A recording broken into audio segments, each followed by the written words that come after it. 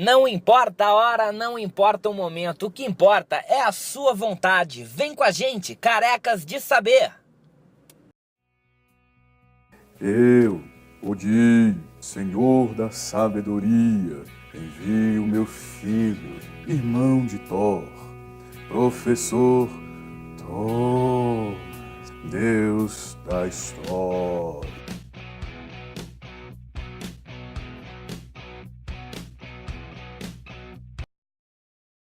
Fala pessoal, Thomas mais uma vez aqui, continuando nossa aula agora sobre Grécia, aula 2. A gente vai começar falando sobre Esparta, dando continuidade àquele papo que a gente está falando sobre as diferenças das cidades e estados, e depois vamos falar das guerras médicas, imperialismo ateniense, até a invasão do Alexandre o Grande, beleza?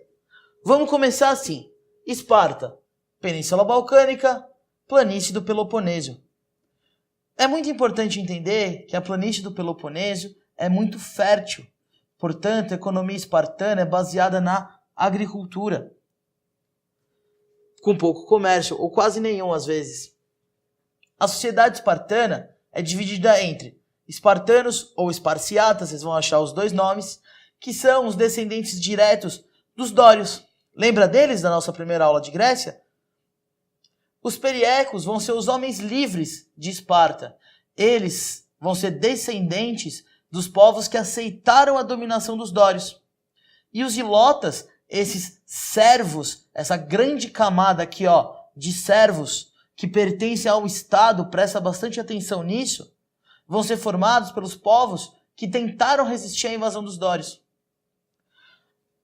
A propriedade de terra em Esparta é estatal, ou seja, todas as terras pertencem ao Estado.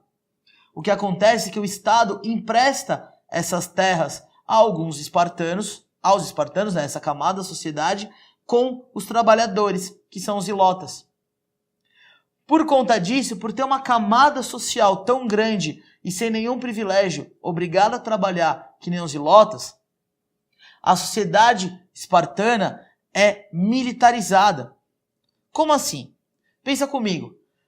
Se tem muito mais gente aqui, como é que eles vão aceitar a dominação desses espartanos?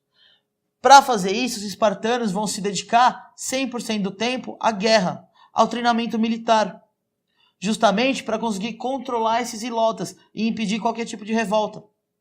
Vocês já assistiram aquele filme lá, famoso, o 300 de Esparta? Não viram? Não viram que o espartano é treinado desde criança para ser um soldado, que a vida dele é servir no exército? Então, por quê? Justamente para isso. Vai até acontecer, vocês vão até ver a eutanásia, vocês vão matar os bebês que nascem com deformidade para manter um exército sempre de qualidade. Em Esparta, a política funcionava da seguinte forma. Você tinha a Ápela, que é a Assembleia dos Cidadãos. Quem que é cidadão em Esparta, que a gente viu? Os espartanos. Essa assembleia escolhia a gerúsia, ou seja, o poder legislativo, e o eforato, que é responsável pela administração da cidade. Esses órgãos também escolhiam a diarquia. Dia 2, arquia, poder. Poder de 2. Em Esparta você tinha 2 reis. E por quê? Porque cabia ao rei o controle do exército. A maior força, o maior poder de Esparta não podia ficar na mão de uma única pessoa. Por isso que você dividia em 2.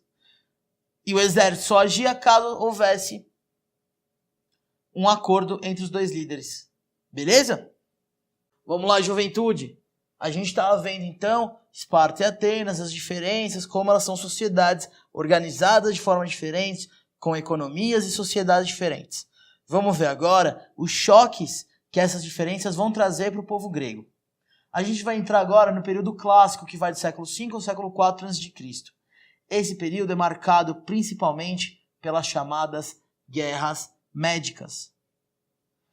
O que são essas guerras? São o conjunto de conflitos entre gregos e persas durante a expansão do Império Persa. Por que essas guerras são importantes? Primeiro a gente tem que entender o que significa esse Império Persa. significa um grande império centralizado. O que um império centralizado consegue que as cidades e estados não conseguem? Acúmulo de recursos, tanto materiais quanto humanos. Ou seja, o Império Persa era um poder grande demais para as cidades e estados individualmente vencerem. A solução vai ser, a gente vai ver depois, a união. Essas guerras médicas começam com a primeira campanha de 490 a.C. do Dário I, que vai ser derrotado na Batalha de Maratona. Vocês já viram a história da Maratona, como é que ela surge, que era um grego que vai até Atenas avisar que corre por dias e vai chegar em Atenas para avisar que os persas estavam chegando. Ele dá o recado, ele morre, mas graças ao sacrifício dele, ele consegue avisar os atenienses que conseguem se armar e preparar um exército para derrotar o Dário I. 10 anos depois, o filho do Dário I, o Xerxes, aqui no Brasil conhecido como Rodrigo Santoro, ele vai... Ô tio, não fica dando risada, senão eu dou risada também, cara, que isso? Ele vai atacar os gregos por conta da derrota do pai. Em dois momentos.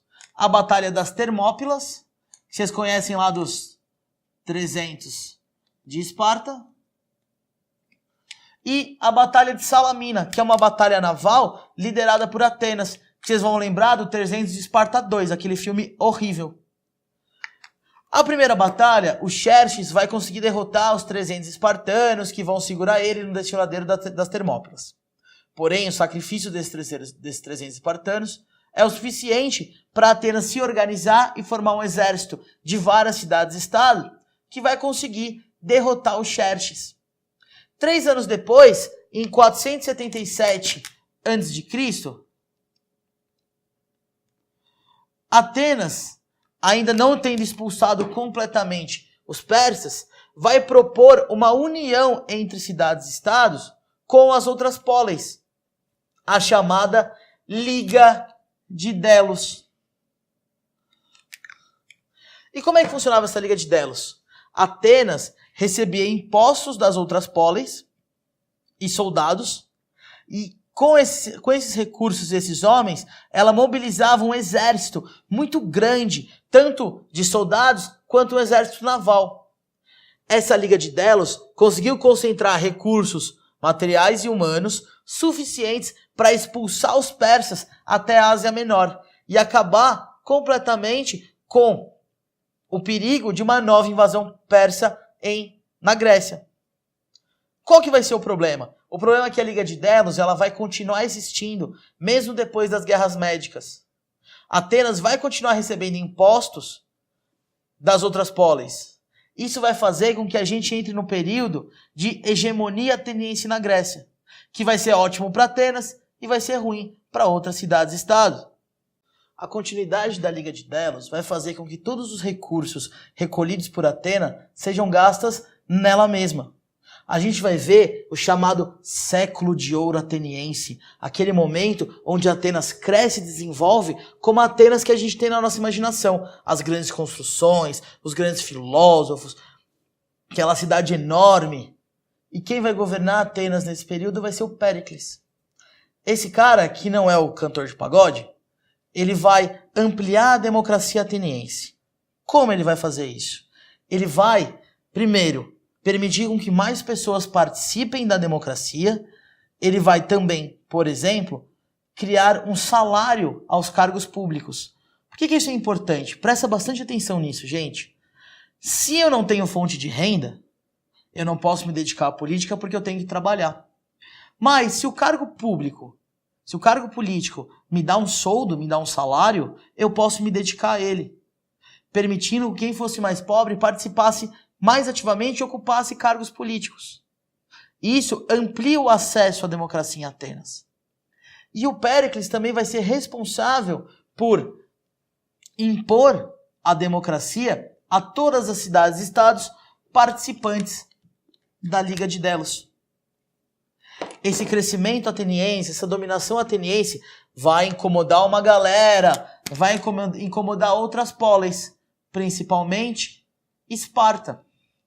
Por que Esparta? Porque esse crescimento do poder ateniense estava mostrando para Esparta que eventualmente Atenas podia querer dominar ela. Vamos lembrar que Esparta é um governo aristocrático, lembra disso? Querendo se precaver disso, Esparta vai promover uma outra união entre as polis, a Liga do Peloponeso. Essa Liga do Peloponeso aqui vai ser formada por polis aristocráticas, ou seja, por outras cidades-estado que compartilham do mesmo modo de governo que Esparta. Vai existir uma guerra entre a Liga de Delos e a Liga do Peloponeso, que vai começar mais ou menos aí 1431 a.C.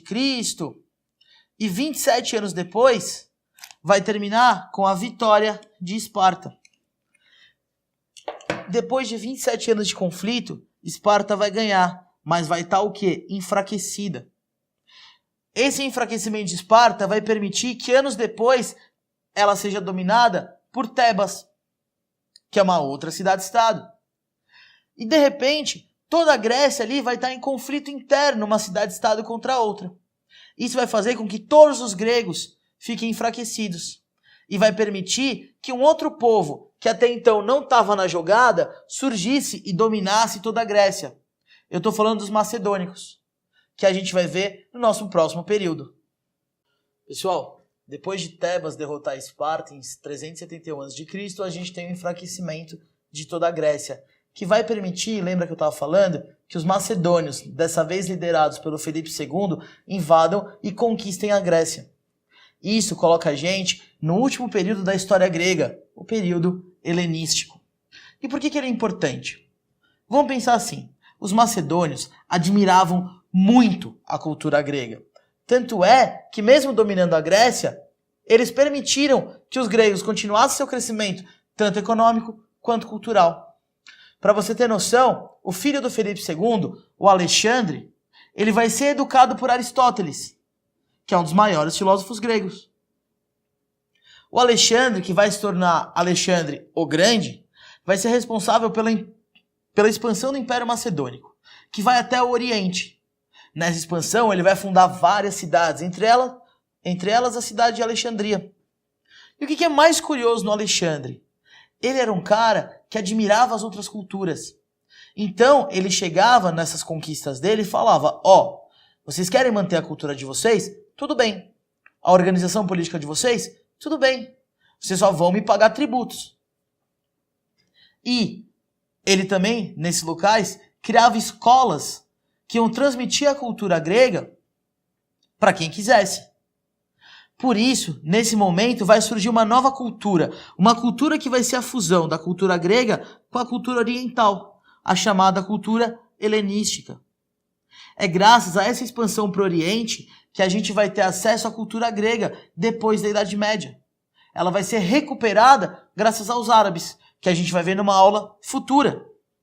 Em 323 a.C., o Alexandre vai morrer. E com a morte dele, o império vai ser fragmentado entre seus generais.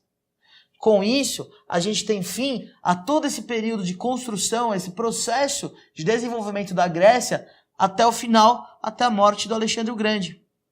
A partir daqui, a gente vai começar a conversar no nosso próximo vídeo sobre Roma, que vai coexistir com a Grécia e que depois vai dominar todo esse território, que foi fragmentado depois da morte do Alexandre o Grande. Beleza? Meus caros, foi um prazer inenarrável, espero que tenha ajudado, façam exercícios e a gente se vê no próximo vídeo.